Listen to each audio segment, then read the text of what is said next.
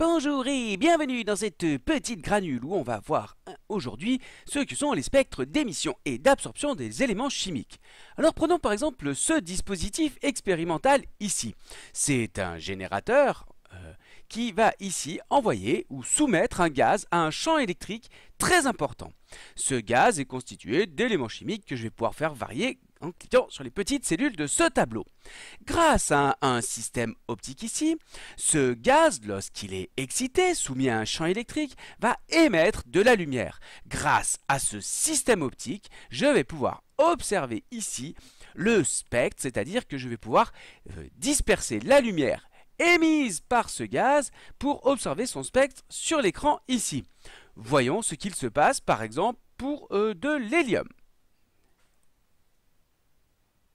Donc on observe ce qu'on appelle un spectre d'émission puisque le gaz émet de la lumière et ce spectre d'émission a un fond sombre sur lequel se superposent un certain nombre de raies.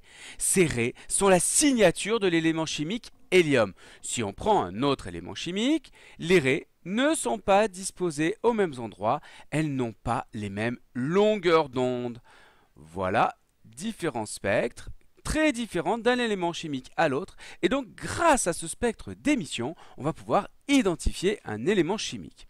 Mais il existe une autre manière d'obtenir des spectres, ce sont les spectres d'absorption. Alors si cette fois-ci j'ai une source de lumière ici polychromatique qui couvre tout le spectre, et que je fais passer cette lumière à travers d'une enceinte contenant un gaz, mon système ici, optique ici, va permettre de disperser la lumière et je vais observer le spectre dans ce cas de figure sur cet écran ici. Voyons ce qui se passe. Et bien on constate que cette fois-ci c'est l'inverse.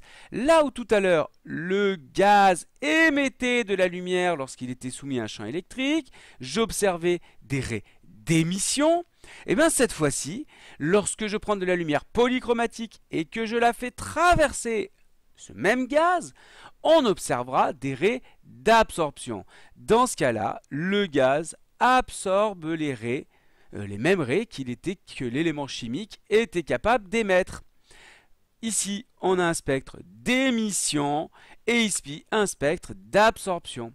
Ici, le gaz émet de la lumière et ici, le gaz absorbe certaines radiations. Et de la même manière, si on change la nature de l'élément chimique, on observe que les raies d'émission ou les raies d'absorption se situent aux mêmes endroits. Ce sont deux techniques qui vont permettre d'identifier des éléments chimiques à partir de leur spectre d'émission ou d'absorption. Voilà, j'espère que vous avez observé un petit peu plus sur les spectres d'émission et d'absorption. Et moi je vous dis à plus en classe!